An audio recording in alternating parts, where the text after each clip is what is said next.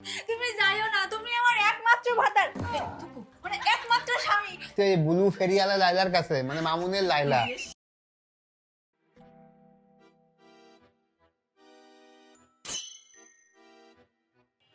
কি কি ব্যাপার, সকাল সকাল জামা কাপড় গুছিয়ে তুমি কোথায় যাচ্ছো? আমি যাচ্ছি এই ব্লু ফেরিওয়ালা লাইলার কাছে, মানে মামুনের লাইলা।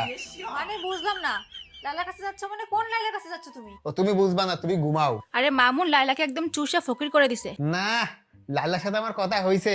মামুনের 1% নেছে, আরো 99% আছে। দেখি মামুন যদি 1% নিয়ে এত বড় লোক হতে পারে, আমি তো 2% আনবই। দেখি যাই কি হয়। তুমি ঘুমাও, তোমার সাথে সংসার হবে না আমার।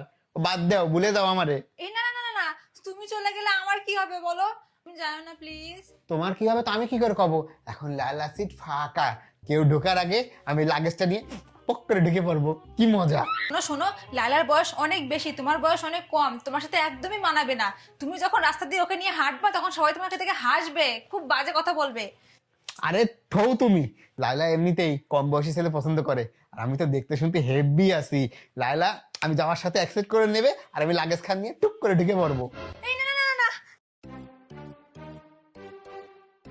আরে আরে আরে আরে, তুমি যাইও না, তুমি আমার একমাত্র ভাতার, মানে একমাত্র স্বামী। তুমি ছেড়ে চলে গেলে আমার কি হবে ভাবো একটা বার। আমার সময় নেই, সিট খালি হয়েছে, আমার সঙ্গে সঙ্গে যাই বুকিং করে ফেলতে হবে। তুই সর, তুই সর।